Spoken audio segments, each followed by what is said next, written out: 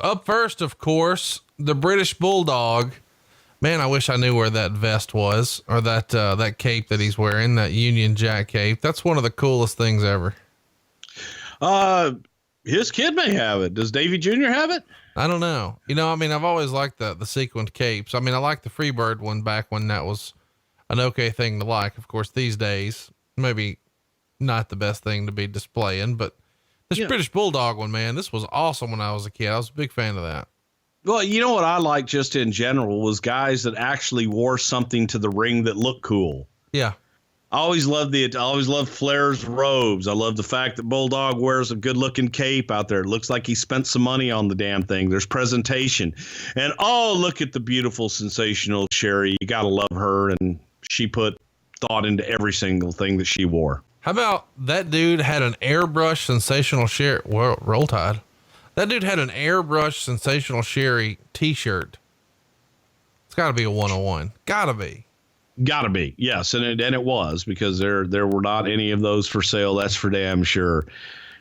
But Sherry was so ahead of her time, and starting this thing off with two great workers, DiBiase and Bulldog, which again, you go through this Royal Rumble match itself in the build, man. If you start off hot and you finish hot the way that they did, the difference with this Royal Rumble and Rumbles from the past, especially the first few Rumbles, this was all big name top guys. Absolutely. Very hard to pick them. And Virgil. Virgil was over in Florida. No, I got it. Wrong guy. But we saw earlier that Virgil was more over than Texas Tornado, according to the Observer. So there's that. Well, apparently, according to Dave Meltzer and Howard Finkel, yes. I feel like we should mention here that, coming out of this, we're going to see a Fox special, and you guys did it in prime time in Lubbock, Texas, just about a week later. This is where we saw Hogan and Justice teaming up against Flair and Undertaker, and Brutus comes out with Hogan and Justice, of course. What would you expect? But the most famous thing from that is in this taping where they have Justice destroy the barbershop, and he announces a new manager so he can finally get people to boo him. And it's Harvey Whippleman, which I don't think anybody would have believed a few years prior was going to be the case. No, and nobody would have believed that the $1 Million Man would be number 2 and eliminated before number 3 even comes out to the ring. So a lot of things that you just couldn't believe. But yeah, Harvey Whippleman and Sid Justice, but in real life, they were best of friends, and Harvey drove Sid around. So, and it all works. On the one hand, you probably hate being eliminated early. On the other hand, you're probably like getting paid the same either way. See you at the bar. There you go. What a famous now number entrance. 3. What a famous entrance this is, with this cameraman running to get the tight shot. Bobby Heenan losing his mind. And this is the most beautiful Ric Flair robe of all. If you know where this motherfucker is, email me, Conrad at 1fmc.com. Trying to find this bastard for 10 years and I can't. I'm on Twitter. Hey, it's Conrad and I need this robe. And I got cash and whatnot, and I'll buy it from you. So hit me up. For the black and silver robe that Ric Flair is wearing right now. You know what I love about the whole Ric Flair ensemble here tonight? What's that? Simplicity. Yeah. He's wearing black trunks. He's wearing black boots with a silver RF. Those little boots, red trim. Those boots I used to have one of, and then WWE lost it. Bastards. I know. So you've been in their pocket for a long time. Well, they asked if they could display some robes a few years ago when they did the statue of him. And I said, sure. And they sort of gave me the Iggy. They were going to do a statue of him and wanted to know if I had anything else. And I said, well, I got a pair of trunks and I got boots. And they were like, cool, we just need one boot. And I'm like, well, good, because all I have is singles. So I sent them a black and red one. They lost that motherfucker. Bastards. Probably in Ben Brown's house. No doubt.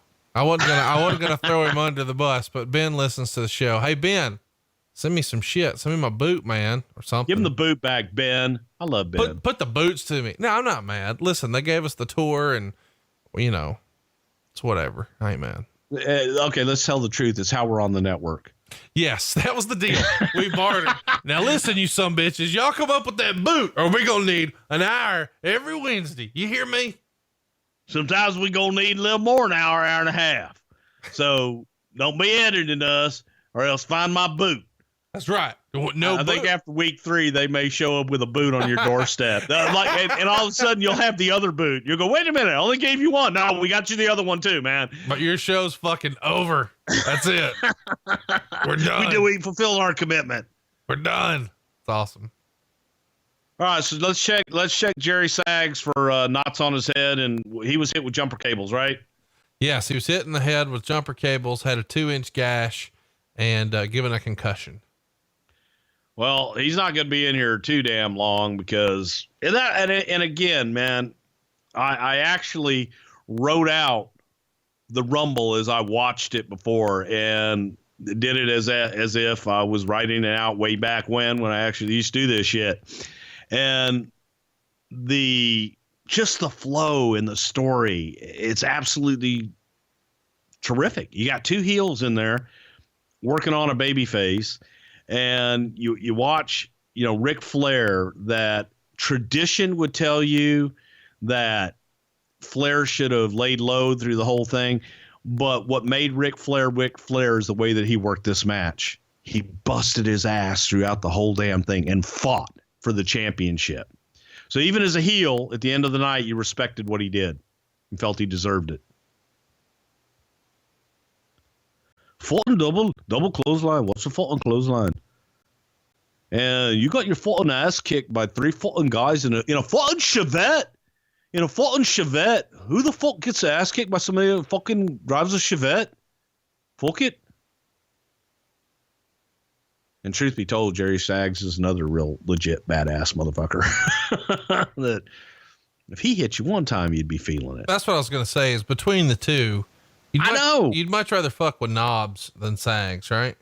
Exactly. You could outrun Knobs. You got a pretty good chance of that. But Jerry is somebody. Yeah, I wouldn't want to fuck with Jerry Saggs. I don't want to fuck with anybody, man. I'm a lover, not a fighter.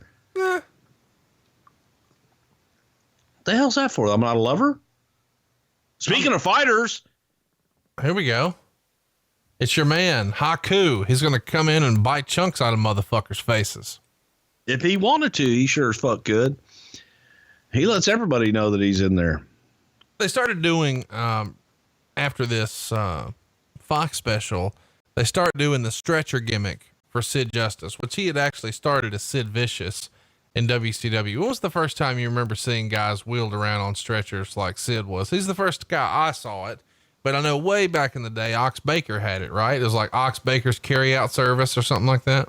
Ox Baker's carry-out service started in Houston, Texas. It was a gimmick that Paul Bosch gave him, and it was a big old army stretcher that had to be carried by like 4 guys.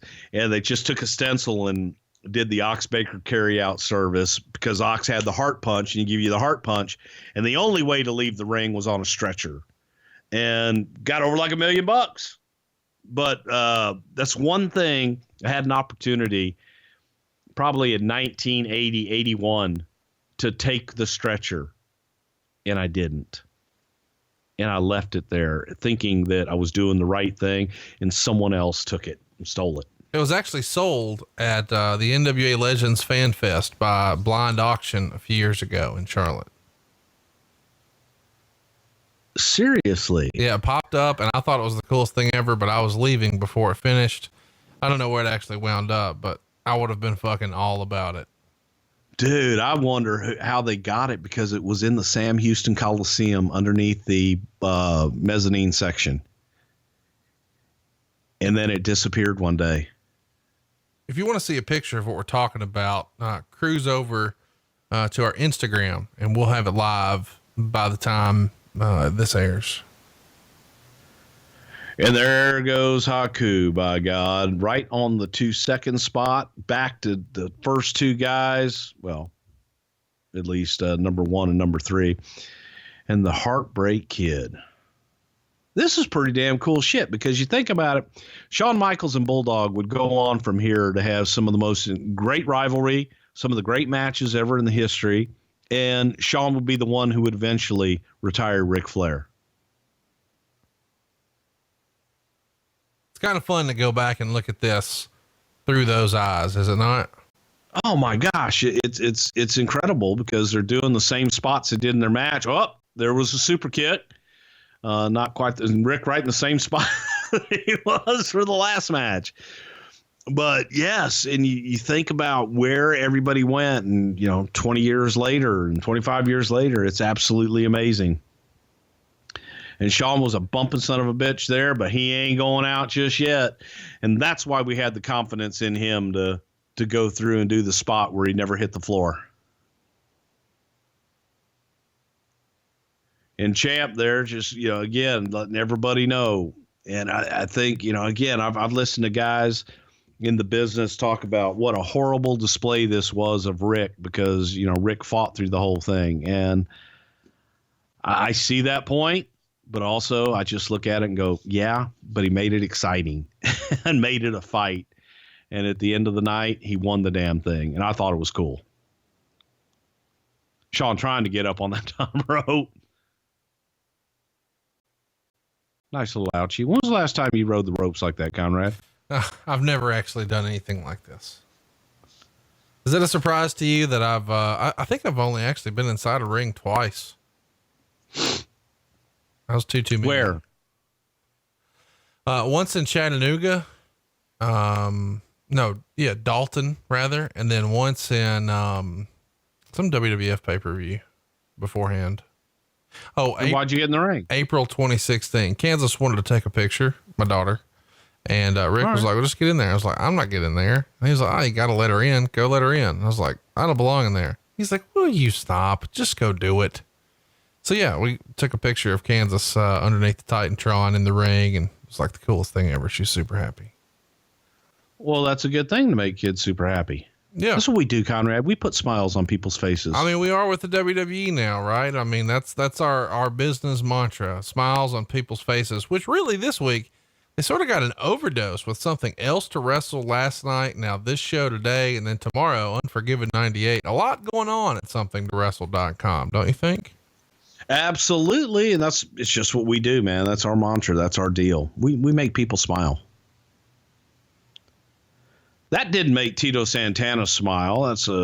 And again, as I was saying before, man, you look at the level of talent in the ring right now. The British Bulldog, Ric Flair, Shawn Michaels, Tito Santana, every single one of them, especially in 1992, they can be the WWF champion. Anybody could win the damn thing. I want to mention here something else fun that happened on this Fox special that happens about a week later. Roddy Piper beat the Mountie to keep the Intercontinental title belt. But here's what's funny. Mountie threw a bucket of water on Piper and tried to zap him, but it had no effect. And Piper ended up pinning Mountie. And then it was revealed that Piper was wearing a wetsuit under his wrestling gear, which is why the zapping had no effect. This is where we are. I had a feeling he was going to try and zap me. That's why I got a zap-proof suit. Wasn't a wetsuit, it was a zap-proof suit. Here's your boy. He is my boy, Tommy Young. If only Tommy Young were in here. Barbarian, one of the more underrated guys. It feels like everybody just talks about Haku. Nobody talks about Barb. Well, Barb was... Here's the funny thing about Barb. I think that at the time there was a guy by the name of T.J. Khan or T.J. Khan. I thought it was T.J. Khan. I don't know. That people, for some reason, they would get the Barbarian and this T.J. Khan confused. So for a long time, people were booking this other guy thinking they were getting the Barbarian. And for whatever reason, man, Barb always got overlooked, but unbelievable worker, unbelievable look. And he always needed a manager. He needed somebody to talk for him, but he could go. That's for damn sure.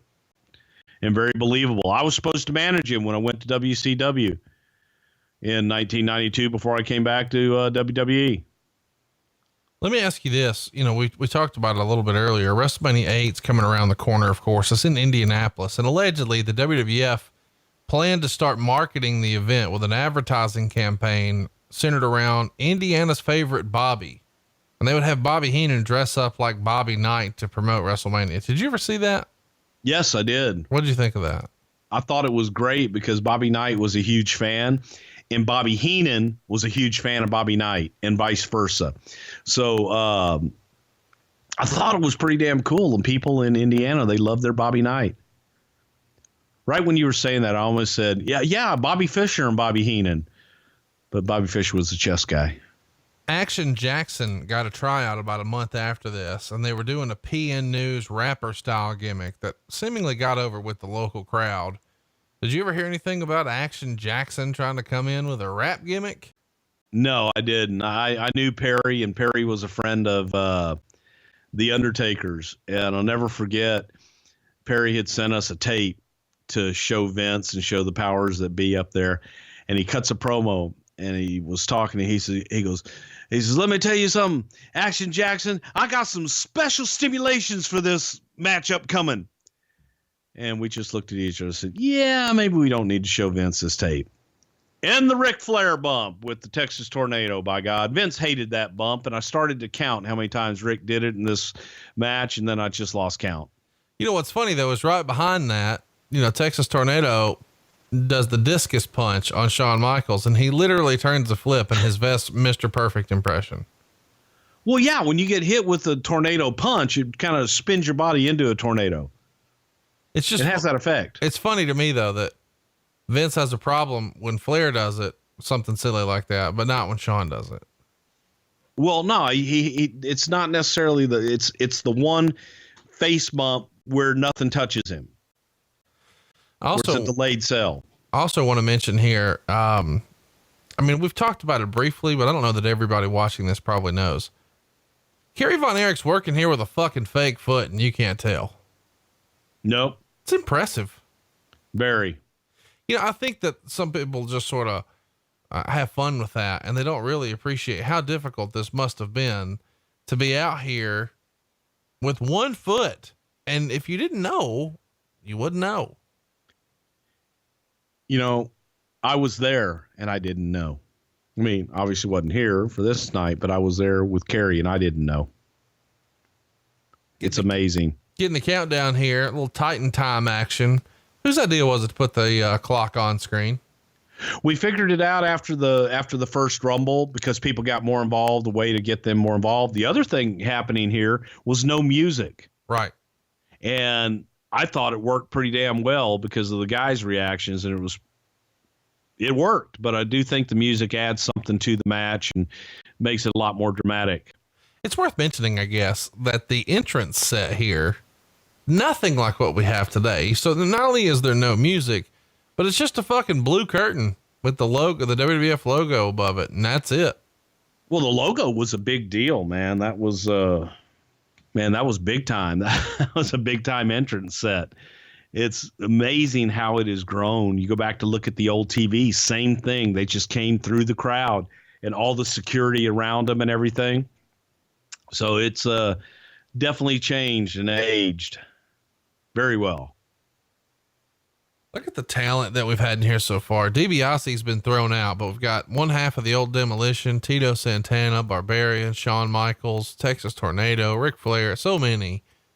I mean, this is probably the most loaded, I think, this in 97. I mean, you might be able to argue that one of those Attitude Era ones was ridiculous, but what talent here. Now, Repo Man, we've talked about him briefly before. This motherfucker lost a bet, did he not?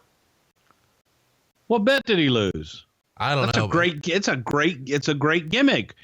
What's mine is mine and what's yours is mine too. I mean, come on, everybody's afraid of the Repo Man. Don't you have nightmares at night fearing the Repo Man coming and just picking up one of your BMWs?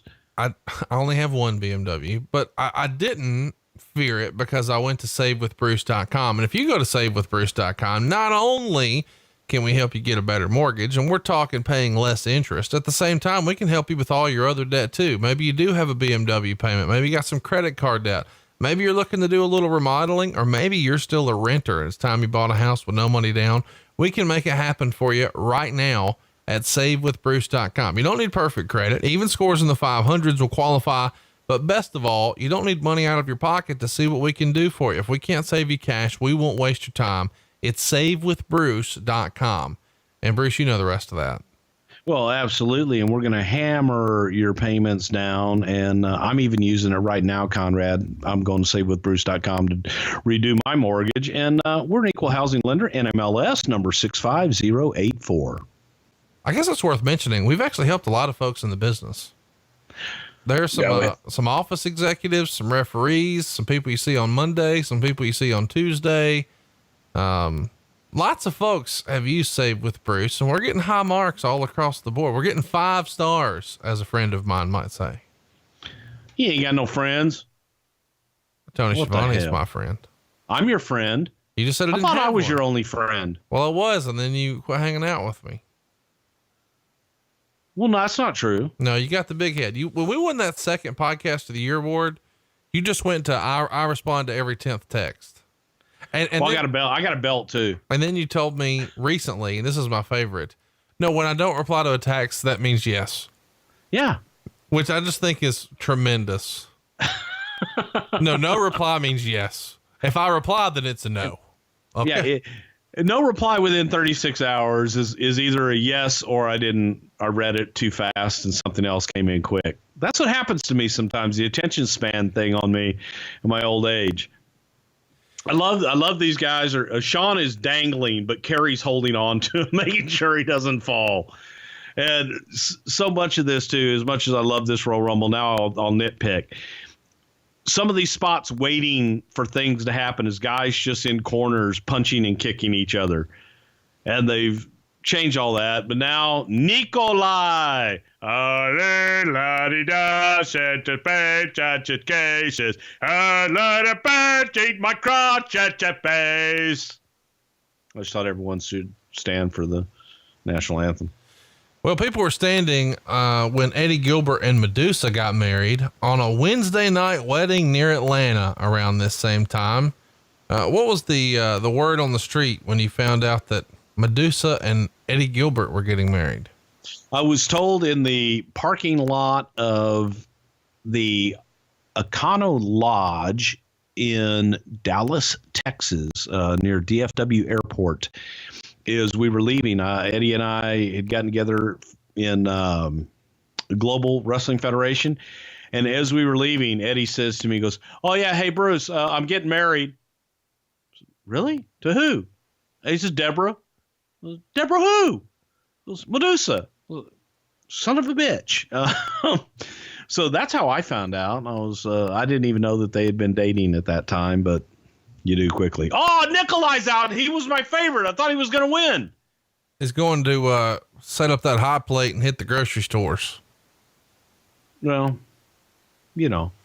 Hey, let's run through what happened in February. It's in the Observer that the locker room was raided in St. Louis by more than half a dozen plain cops, a drug dog, and a federal agent looking for the dope man. Nobody was arrested, but the word on the street is that the boys got the heads up that this was coming more than an hour in advance. So everyone holding made arrangements and it became a non-issue. Chat me up, Bruce. When you first heard this, you had to be shitting your britches, didn't you? I wasn't shitting my britches. I wasn't there, man. I ain't holding nothing. I'm just saying, when you find out that the cops are coming to wrestling locker rooms, that's not normal. No, it must have been, things like that. That's got to be somebody tipping somebody off and having a vendetta or having something that they want to get back. That's not normal. That's not something that St. Louis cops are just going to all of a sudden decide they want to do one day. I ran into a guy years ago and I asked him about this because a drug raid in a WWF locker room is pretty noteworthy, especially when they're bringing federal agents and plainclothes cops and a drug dog. But this fellow told me that someone on the roster, who I probably shouldn't name, actually took his drugs and put them in another guy's bag rather than flushing it or figuring something else. Just, if they're coming, fuck this. I'm putting this over here. Ultimately, though, no arrests were made. And the WWF was about that action, boss. They suspended Hawk of Legion of Doom, Kerry Von Erich, and Jimmy Snuka. Fritz supposedly called Vince around this same time and said that Kerry needed rehab and was going to send him to Betty Ford. And a lot of people are sort of curious about what's going on with the Legion of Doom. and Titan just 1 month after this show.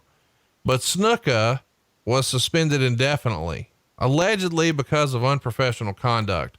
But this isn't because he killed the chick. What did he do here? I have no idea. I wasn't there.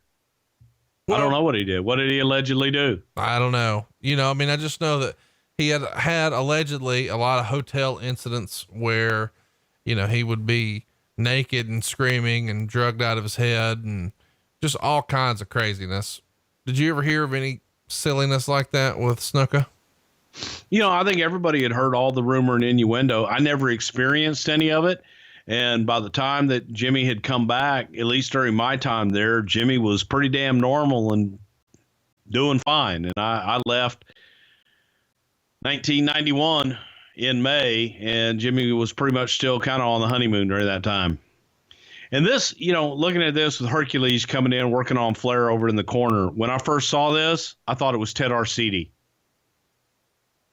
It's worth mentioning a month later, Hercules is out, and so is Greg Valentine. Valentine's going to wind up landing in WCW, and eventually we would see Hercules there with a silly ass gimmick as well. What was Hercules' silly ass gimmick? They brought him out in like all red, and he was wearing a mask, and he had Harley Race as a manager. You don't remember any of this? I don't. Man, when I left and I was doing Global, I was at a point where I thought, okay, I'm going to do this for a while and just not really care much. They called him Super Invader. Oh my gosh. Yeah. Well, they just called him Eliminated right there. By God, now the big boss man. If you ever go down to Cobb County, Georgia. Yeah. We're looking forward to covering the boss man soon, which will be fun. Yes, absolutely. And I love every time that Flair gets into a spot, he just goes right for the eye gouge. It works every time. And if again, I talk about this, and this is the one spot coming up here in a sec that I love about this Royal Rumble. Nearly takes his head off. Oh, yeah. And Flair's gone through everybody and everything. We're midway through. He's finally got the ring to himself. He does the bump that Vince hates. It's I can finally rest. Oh, my God. Just, send the Brooklyn Brawler out. Anybody, anything. I'm going to sit up. I'm going to catch my breath. All is good with the world. 2, 1.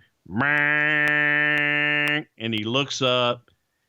And holy shit. And here comes Piper just running his ass off. And Flair's reaction is fucking priceless. It just tells the story, and the match starts all over again. A masterful performance here. And it really was a little bit of a nod to old Jim Crockett fans, because a lot of these moments that we see with Flair are really reprising old feuds. Of course, these guys had a hell of a feud in Jim Crockett Promotions. So it's pretty cool when he's here at the buzzer. It's reminiscent, of course, in hindsight, of when Steve Austin was clearing the ring out and exhausted, but all by himself and ready for the next guy. And it could be anybody, but it's Bret Hart, who he had just been feuding with. Sort of the same thing. And who do you think stole that from this? Absolutely. So yeah, it was the same thing, where we'd gone back and looked at different things, and that one spot always stuck with me. And it's all about the guy in the ring and how they sell it and the facials that make it work so damn well. And Roddy was the first one that Rick worked with when he came into WWE, and they had their program right off the top. So to the WWE fans, this is, the reminiscence of that. And it was just, they had such great chemistry, great friends, but this is good shit. This is just good storytelling to me. And now I'm going to put on the world's shittiest sleeper again. While you're doing that, I want to do a follow-up here. While Kerry was indeed suspended, he didn't go to rehab. Instead, he was arrested at midnight at an Eckerd's drugstore in the suburbs of Dallas on 2 felony counts of obtaining drugs by passing forged prescriptions. And each count carried a 2 to 10 year sentence and a $5,000 fine. So he could go to rehab and get out of this most likely. But the snot thickens when the police realized that Kerry gave them bullshit info for his address and phone number. And of course, he did this to hide it from his wife. When she finds out, the marriage is broken and he winds up in rehab after all. Kevin Von Erich told the News that Kerry had entered a drug rehabilitation center on Monday because of the problems resulting from the breakup of his marriage.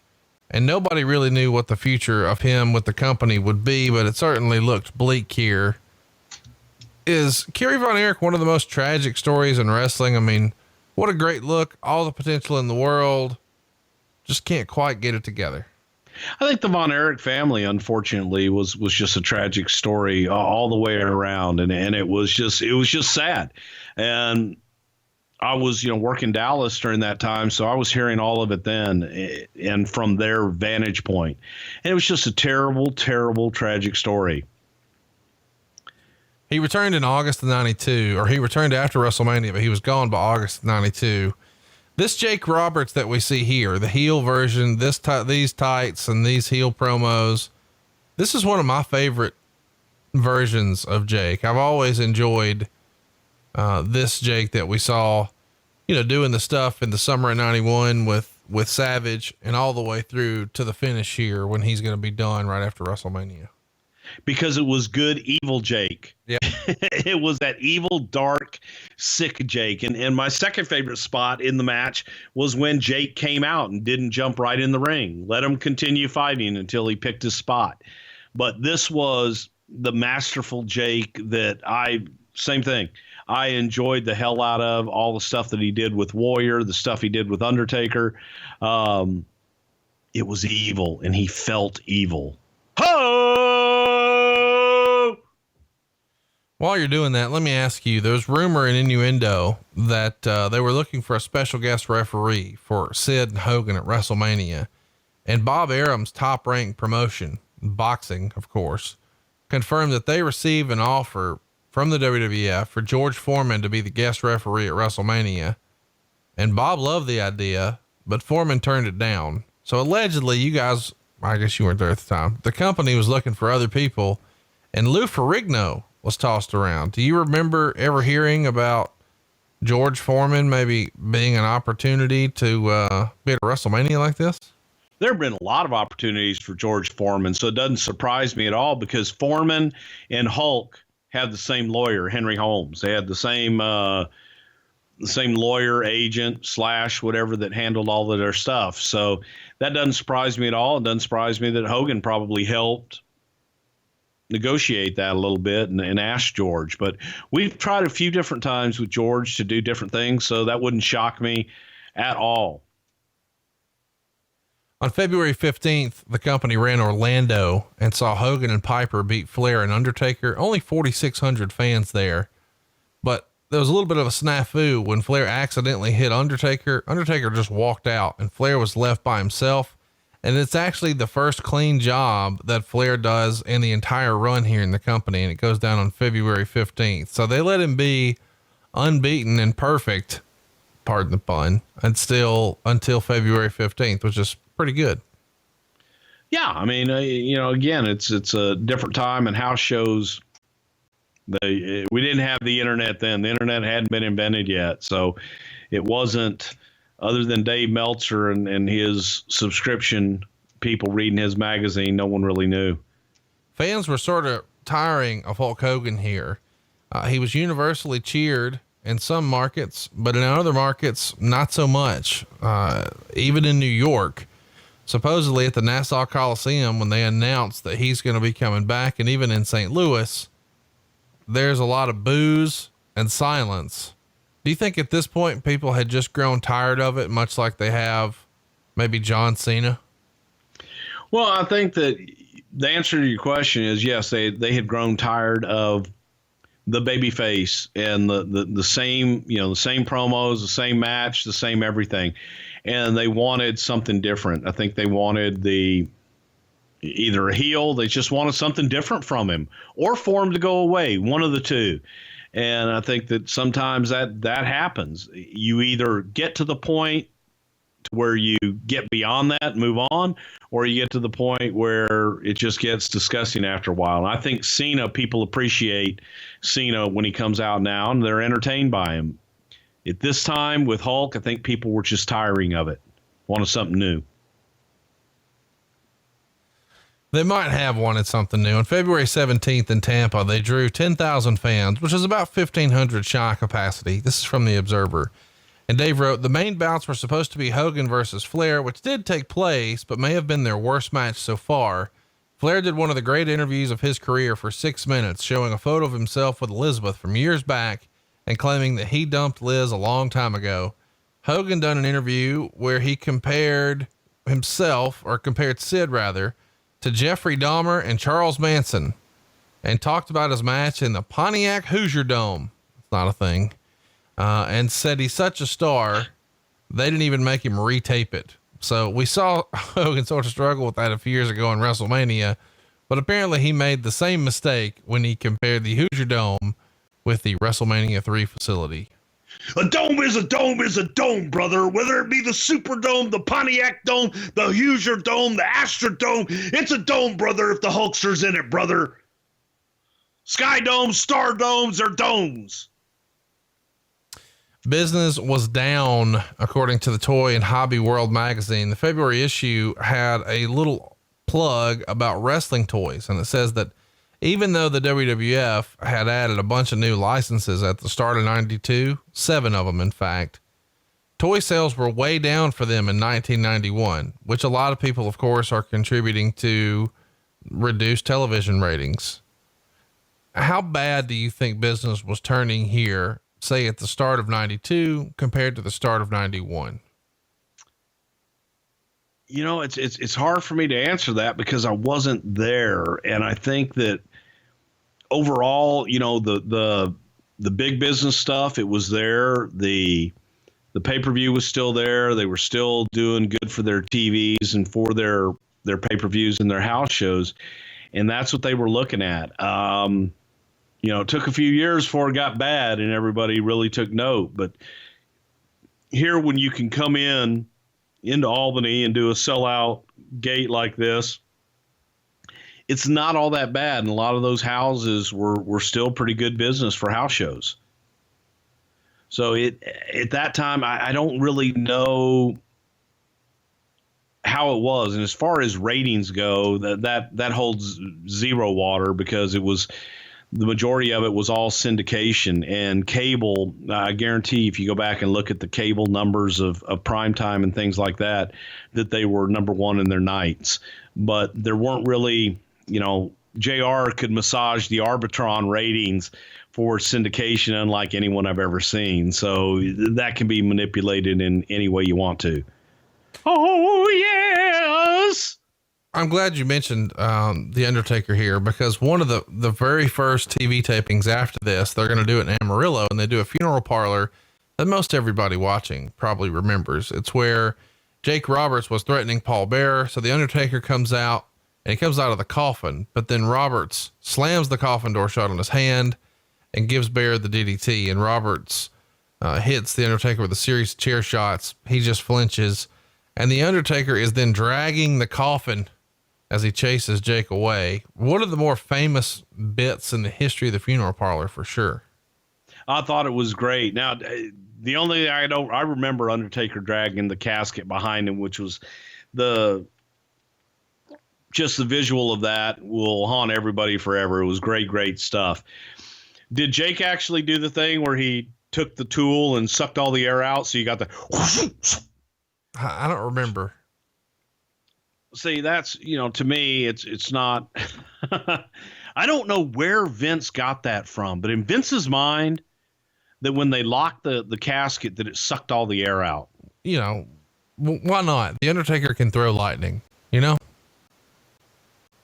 Well, he learned it from his baby brother, Kane, who set cameramen on fire. Yes. Reality based, pal. After this, Royal Rumble is in the books. There is a debate as to who's going to get the title shot. And they do a press conference thing, which Meltzer says is the most realistic they've ever done, with a lot of employees pretending to be reporters. And nobody's ever done anything like this in the country before.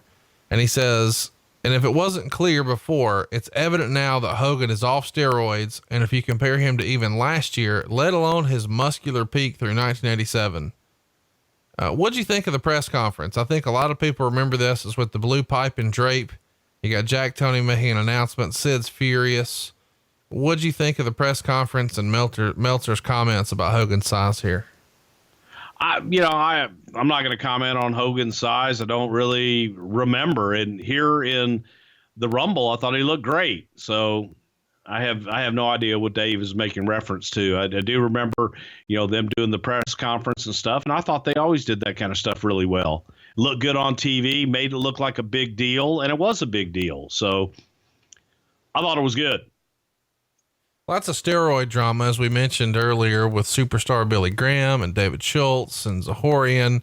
Tell everybody where we are, Bruce. We've had a couple of pauses here where our internet has stalled one way or another. I want to make sure everybody's keeping up. Well, right now we're at about 209.53 with the Macho Man Randy Savage choking Jake the Snake on the outside. Undertaker's got a handful of macho hair. Easy on the hair there, brother. And Undertaker outside walloping the Macho Man Randy Savage. Barry Orton was on Las Vegas radio making allegations that he had to engage in homosexual activity in order to get hired on here. This is when some of that stuff started to pop up.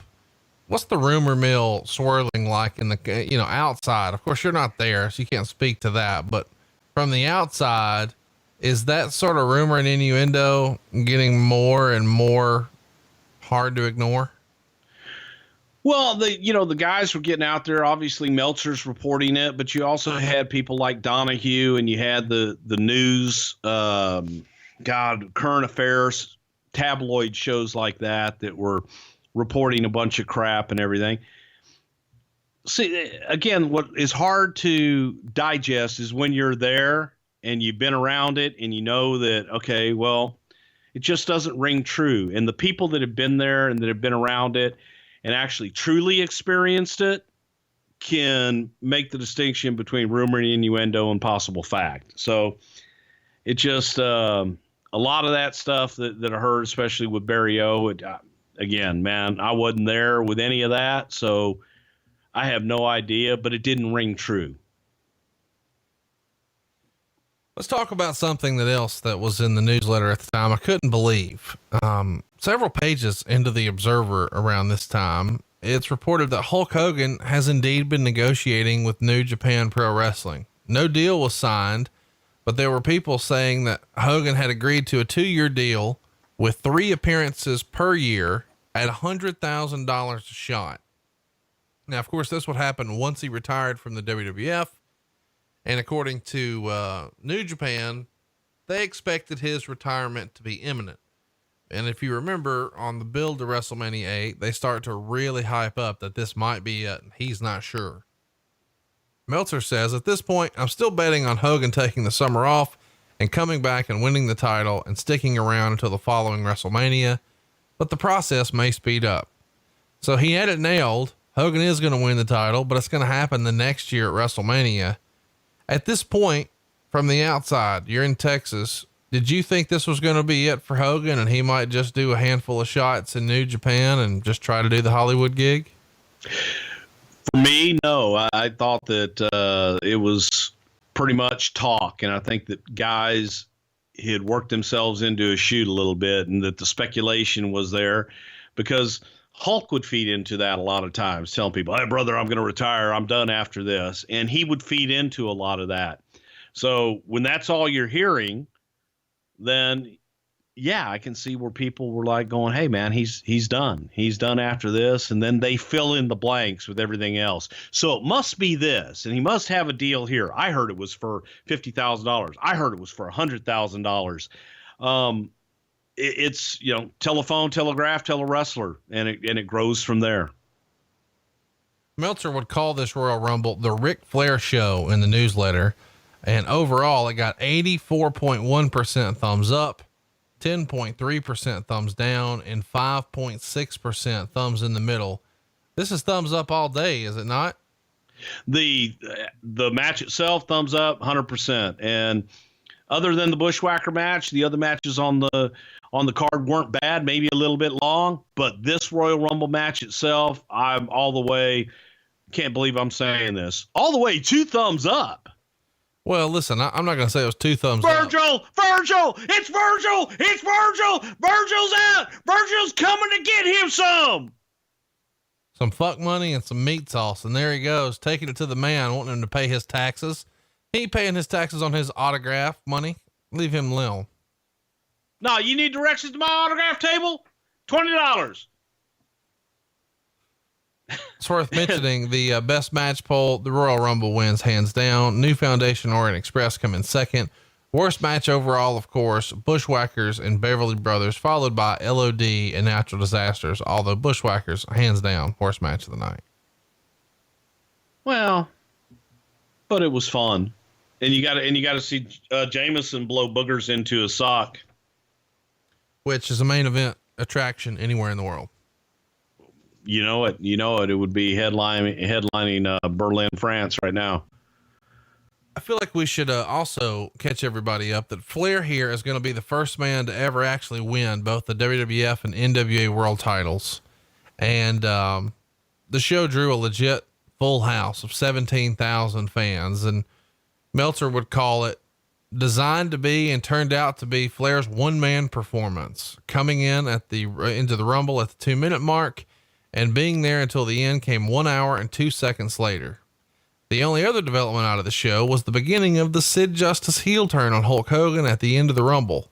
Ironically, while this didn't come across strong on television, those live said that Justice received a total babyface reaction for turning on Hogan, and Hogan was heavily booed at the end of the show. Without the announcers giving the impression that it was Justice who turned, those in the build sawing as Justice throwing Hogan out, which some would have thought would have been enough to turn heel considering Hogan's strong babyface persona, but wasn't live, which was legal in an every man for himself.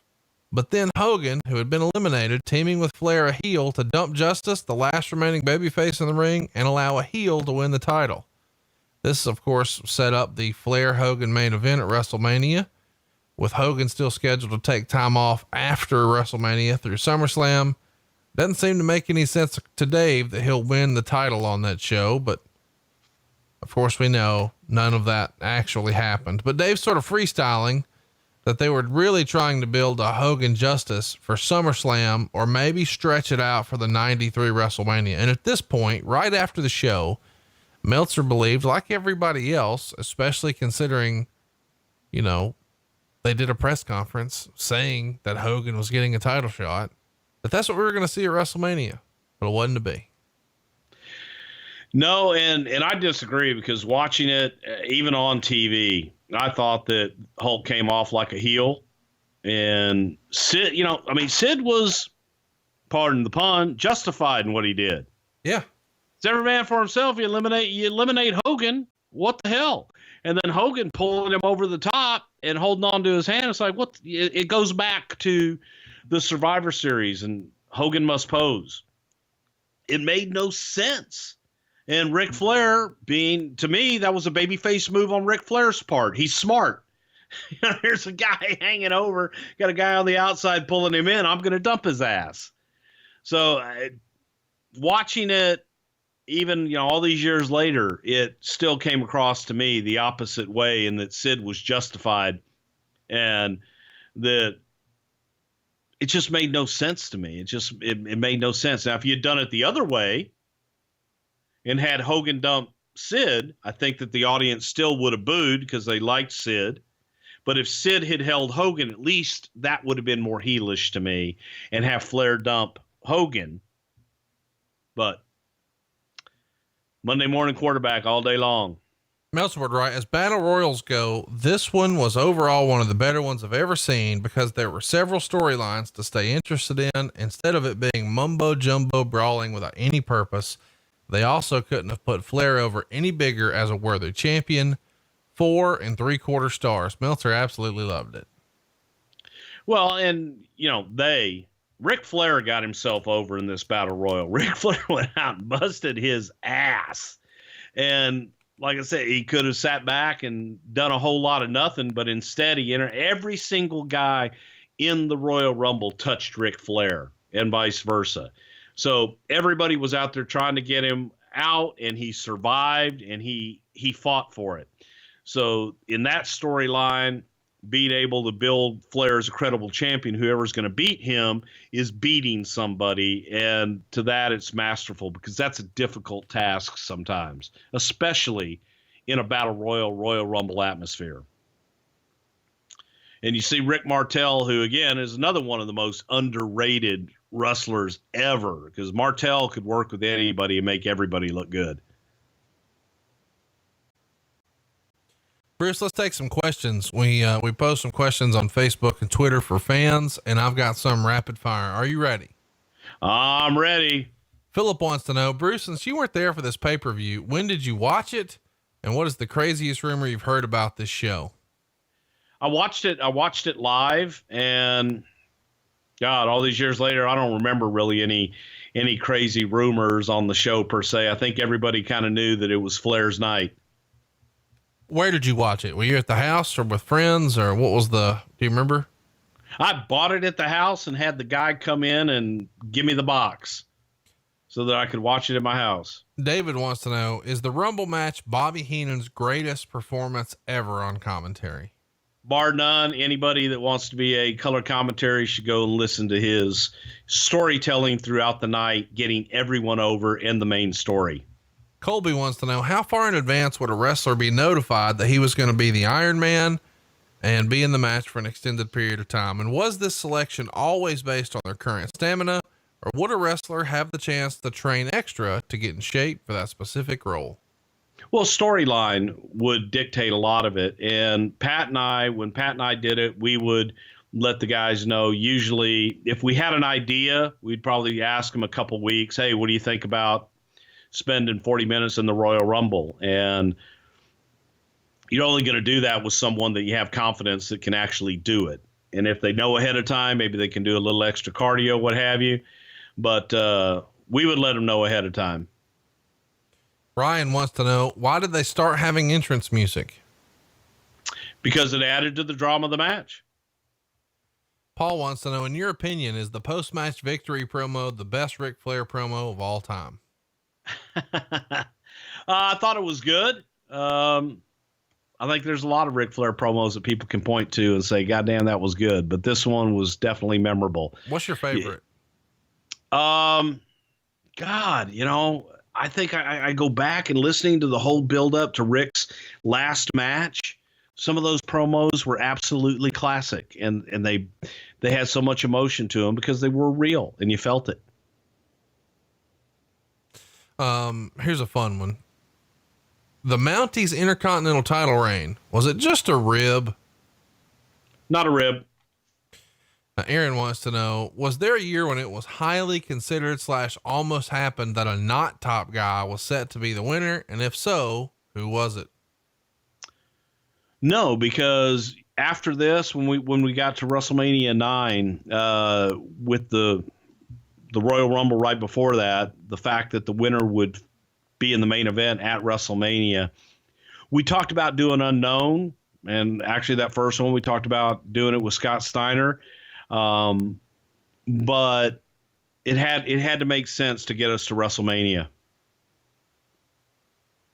Let's talk about the poster. One of the most iconic things ever. David wants to know, any stories on working with Marvel comic artist Joe Jusko, who drew the iconic early Royal Rumble posters?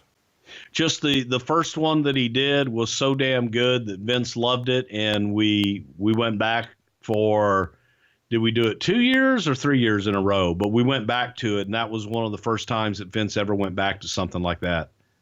How did you guys find him? Was he a fan and pitched it, or did somebody have the idea of having a comic book guy do it? Creative Services reached out, and Creative Services had the concept and reached out to him to do it. They're excellent. They're one of the few posters that I actually have up in my house.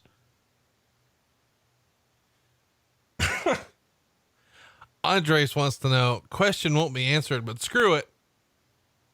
How big's Batista's dick?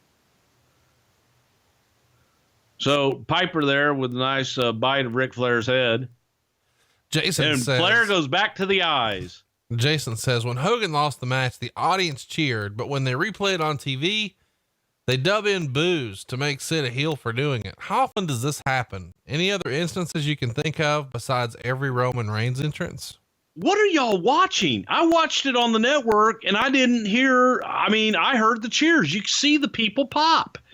And I heard cheers when Hogan got eliminated. So I think that's, for television and things, when we used to tape things, we would definitely put in cheers and boos, okay, where they didn't exist before.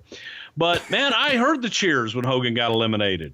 So I don't know. Maybe y'all are watching some other feed. Dante can clear it up for us. He says, ask Bruce about the main event the following week, how they re-edited Gorilla and Bobby's Rumble dialogue to portray Sid as the villain when it was clear that Hogan was the wrestler being booed at the Rumble's conclusion. You can still watch both versions on the WWE Network, and there's totally different commentary between the two. I have no idea. I wasn't there. Vladimir wants to know, what was the reaction in the business about Flair coming to New York with the big gold belt? I think most people thought it was work, and most people thought it was, kind of cooperation. But at the same time, it was like ooh, shit. And it was a pretty damn big deal to those of us in the business. I was unemployed at the time, or as Vince likes to say, on hiatus, but I remember it vividly. Rashad wants to know, what was Jack Tunney's non-kayfabe role behind the scenes? Jack Tunney was the promoter in Canada, in Toronto and the area around Canada. Jesse wants to know, why did all the best pay-per-views happen when Bruce was fired? SummerSlam 91, Survivor Series 91, Royal Rumble 92, Mania 8, SummerSlam 92, and then Bruce comes back and we get fucking Survivor Series 92. Womp, womp, womp. Yeah, well, fuck you. That was pretty funny. How was Mean Gene Okerlund behind the scenes? He seems to be a nice, quick-witted guy who you'd like to go out and have a few beers with. Gene is an absolute lot of fun to go out and have a few beers with, and he is very quick-witted. Thank God for Sid Justice. Chris wants to know, was there ever any consideration here to turning Hogan heel? I have no idea. No, I probably not, knowing Vince. I wasn't there, guys. Michael wants to know, what was it that Vince saw in Flair differently than, say, a Dusty or a Harley Race or any other NWA legend to push him so quickly? It seems like a lot of those guys have to come in and quote unquote pay their dues. Meanwhile, Flair gets a mega push from the moment he comes in. I think Vince probably saw a lot of himself in Ric Flair. If Vince were to be a wrestler back in that time, he probably would have been Ric Flair. Jen says, days before Shawn Michaels had one of the greatest heel turns of all time, the crowd reaction he got was mixed at best, and some people were cheering. Could anything have been done differently to capitalize on this and what is probably the second most important pay-per-view of the year? Most of the crowd didn't even seem to be aware of the turn at the time. Yeah, do it earlier, but that's what you do. You bite that bullet and move on. Ryan wants to know, who would have been Bruce's pick to win the Rumble? Ric Flair. Joe says, got any good Rene Goulet stories? Seems like he was there forever. Rene Goulet, I think the funniest one is when we were doing Doink the Clown, and we had Doink the Clown up in the stands before we even knew who he was. And the kids kind of all got around Doink, and Doink had fallen down the stairs around all these kids. And Rene had a radio, and all we heard in his French accent was, "The clown is down, the clown is down, the clown is down." And we just use that forever. Hypothetically, what would it sound like if Johnny Ace was to do Bobby Heenan's Not Fair to Flair? Well, it's not fair to Flair, if you ask me. What'd be fair is if Vince was in there and I was able to oil him up, kind of like the Warlord going out right now. Hogan and Savage are in the ring at the same time, but have zero physical interaction and stay completely away from each other. Do you think there was legit heat here by this point? No, I don't. I don't think there was at this point at all. At least not that I knew of. Anthony wants to know, how did Titan Time work in the early years of the Rumble when you were just using an arena scoreboard clock to count down? Well, we didn't just use an arena scoreboard clock to count down. The only time that the arena scoreboard clock would come up is when there was 10 seconds left, and we decided when the 10 seconds was left. Eric, so it could be 90 seconds, 2 minutes, whatever we wanted. Eric says, I know you get this question a lot, but why didn't you guys put the title on Virgil?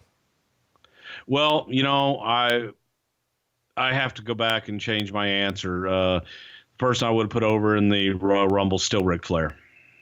Aaron wants to know, hypothetically, what might it sound like if Roddy Piper sang "With My Baby Tonight"?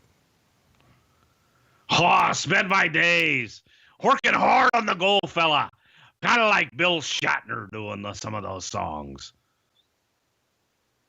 Better manager, Mr. Fuji or Jimmy Hart? Different. It's just different. They're both great. Lou has a great question here. Why didn't Triple H win this Rumble? You know, I'm beginning to wonder that myself. Chris writes, rumor and innuendo says that Hogan freaked out at Vince backstage after the show. Did you ever hear about that? For what? I don't know. So you didn't I don't hear either. It? Okay. David wants to know, what did people think when Flair said the WWF title was the only title in wrestling that mattered? Because it is. There you go. Michael says, Ric Flair watched this with Conrad on the old Flair podcast and said jokingly when Greg Valentine got into the match, okay, everybody's going to get potatoed now. Out of all the guys in the Rumble, who was most notorious for being stiff in the ring? Wow. That's a lot of guys. Valentine would be up there. Hercules, Duggan could be a little snug sometimes because he's blind, but not out of maliciousness. But there's a spot in there when you watch Valentine and Flair in the corner with the chops where Flair finally says enough with the chops and just turns and gets away from him. We're down to 4 now. We've got Sid working with Macho Man in one corner, and on the far side, Hulk Hogan and Ric Flair, arguably the top 4, and there with a high knee to the back of Sid, it pushes Macho Man over the top. And now Flair's back to work with Hogan. We're down to 3. The big 3. And see, and again, subliminal message there with Savage being dumped out by Flair so you can get to WrestleMania. Don't know if that's what they wanted, but hey, it worked. Sid just watching as Hogan puts the boots to Flair, comes in behind him, throws Hogan out, and look at the crowd. And the crowd pops. They go banana. Everybody thought for sure Hogan's winning this and Hogan's world champ, but it doesn't happen. Sid talking a little smack to him, which people liked. And again, it was different. And to me, had Sid not been just gone as heel there with his facials and stuff, and they missed the shot of Hogan, you know, kind of grabbing there. But again, this to me is a total heel move on Hogan's part. 100%. But Hogan always worked as a heel. He did. This is true. But sometimes it can be heel in a babyface way. And then there's just dick move. And to me, that was a dick move. How crazy is the finish here? I mean, I think it's one of the more underrated finishes. I know everybody talks about the match and the performance that Rick had, but really great stuff when you see Piper and Martel go over, and then Savage, and then Hogan, and then Sid. It couldn't have been done any better. And now Hogan's in chasing Ric Flair after he lost. Clearly, give the man a minute to celebrate. You got to be fair to Flair. Well, they got to get Flair back for his promo, but also you look at Rick and his mouth is about as dry can get, and he just wants water and air right now. But you don't even get the reunion of Bobby Heenan and Flair, and now it's all, you know, again, you got a brand new champion. It's all about crowning a champion, and you got these two yahoos in the ring with Pat Patterson and Sneakers trying to separate them. It does sort of diminish the title a little bit. It shows people what the real main event's going to be right here at WrestleMania. Exactly. And it, you know, Hogan was bigger than the championship. And now, you know, this whole thing was Sid, but people not letting him go at it at all. And Sid's not backing down at all. it just, again, man, if Sid had just backed up a little bit, it would have helped me with Sid being a heel, but he doesn't back up. Right. He stays there toe to toe with Hogan. So again, it's like he's standing, come on. You know, it's who's the heel. Everything Sid's doing, no matter how heelish you want to say it is, it's babyface in this situation to me. Brian wants to know, as far as Bruce knows, was anyone besides Flair ever considered? I don't really know. Maybe Sid, but I have absolutely no idea who the hell they consider for this one. Paul writes, do you think it was a mistake to turn Sid heel at this point? Between the 91 Survivor Series and this show, the crowd was obviously ready to cheer someone else besides Hogan.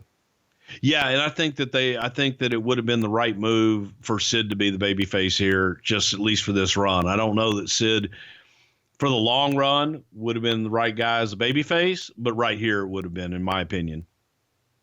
Chris wants to know, do you know how much it meant in real life for Piper to win a title? Was he just playing the part here, or was he excited to actually have a belt? I think Roddy appreciated the nod, but he also knew he was an attraction and didn't need a belt. Michael wants to know, any good Pat Tanaka stories? I don't know when we'll talk about him again. Duque Mukasan, great bumper, but I don't really know. So let's watch here. Of course, we're not going to hear it, but it's a pretty famous presentation. We're going to see the Winged Eagle Championship being presented directly to Ric Flair by Jack Tunney. Mean Gene's here holding the stick. And at some point, there's going to be a pretty famous moment that we get tons of questions about that people remember maybe more than almost anything in the promo, where Mean Gene yells at someone off camera and yells, "Put that cigarette out." Do you have any idea? Classic. No, I don't. And that's, the funny thing is I was getting all of those tweets about that, and I didn't even realize it was this promo till I went back and saw, with a tear in my eye, the greatest moment of my life. The only title in the world that means you're number one. And then, of course, Gene right here goes off camera and yells at someone to put that damn cigarette out. You got to love it. And Bobby, and to me, Bobby and them, it all ends on Ric Flair and a woo! But absolutely classic stuff right here. And to me, this was Flair's greatest WWE moment. This in his retirement.